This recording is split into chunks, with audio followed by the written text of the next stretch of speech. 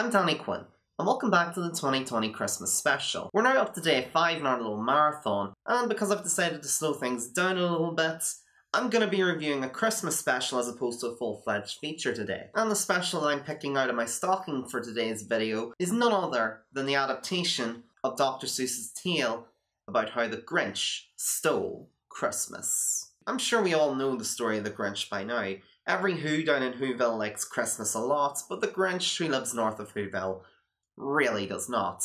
And because the festive celebrations of Whoville continuously get on his nerves, he eventually decides that he's going to stop Christmas from coming, but things don't quite go according to plan. Now, the 1960s was certainly not short on animated Christmas specials. I mean, you only need to think of the likes of Rudolph the Red-Nosed Reindeer, the Charlie Brown special, and Frosty the Snowman, to name just a few. But this particular version of the Grinch might stand above the rest of them for me. It's one of those specials that even if you've not seen it, you're probably at the very least aware of it, or have seen it referenced in pop culture in some way, whether it be through The Simpsons, Home Alone, or even the Angry Video Game Nerd for that matter. And as far as adaptations of Dr. Seuss's timeless tale go, this is easily the best of the bunch. Although Seuss himself wasn't exactly happy with how this adaptation turned out, it's still quite an achievement after all these years. I'm not sure what it is about older animated holiday specials, but it feels like so many of them were made with the specific intention of being timeless. Partially because they're based on timeless stories, but also because it feels that they were put together with genuine love for the source material. It also feels like a lot of the people who made these animated specials genuinely did respect their audience, which is to say, children. And this particular incarnation of How the Grinch Stole Christmas is certainly no exception. The story itself is fantastic and further highlights that the holiday is not just about gifts and decorations, but also about a sense of community and togetherness. It's a pretty potent message for any era, which is probably why this particular version stands the test of time so well. And also because the music is an absolute treat.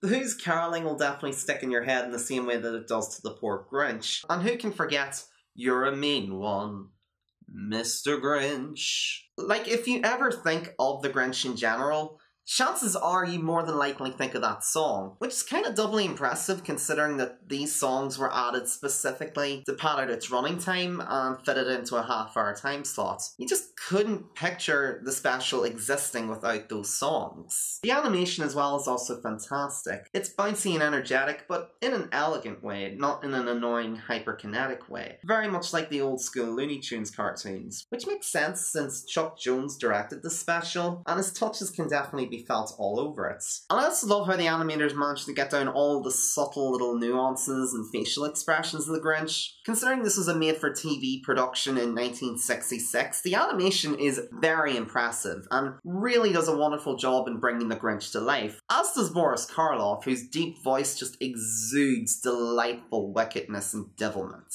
As I stated earlier, even if you haven't seen this version of the Grinch, you're still most likely familiar with it in some capacity, as it's been referenced through pop cultural osmosis. Which goes to show just how iconic and classic this little 30-minute special remains after all these years. It's still a lot of fun to watch after all these years, and although I probably won't lump it into my yearly Christmas viewing like I have with several other movies I've reviewed this week, I definitely take it over the Jim Carrey live-action film directed by Ron Howard, or the recent animated effort by Illumination.